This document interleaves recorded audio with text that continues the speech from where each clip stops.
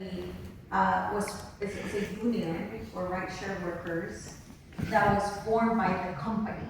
So the company decided that they were going to unionize workers on their own terms.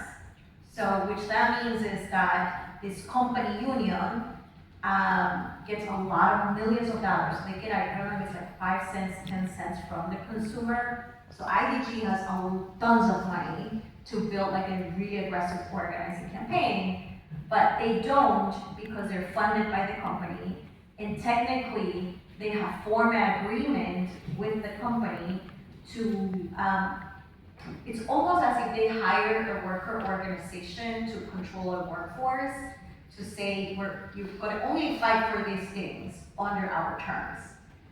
So IDG has been fully funded by the company for many years.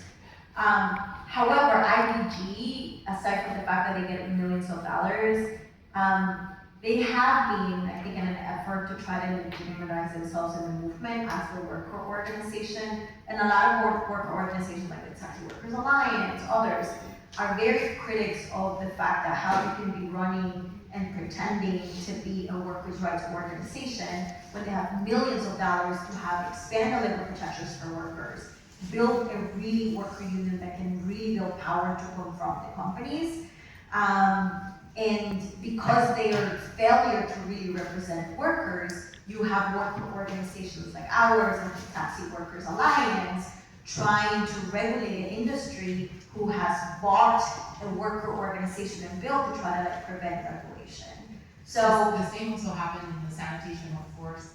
The private party companies were starting their own unions, and we call sham unions. Yeah. And they're trying, they built a new campaign since they, like the movement knows already as IDG, they formed what is it called, Act for Justice, which is run by the company union. And their goal, right now they're trying to get buy-in, they don't really organize the workers, but they're trying to organize because their goal is to pass the legislation at the state level so they can bring in the delivery workers into their share union as well. And their goal is, I mean, they get like, I think 5 cents per delivery. Every time that rideshare makes a trip, they get 5 cents. So they got a lot of money, but,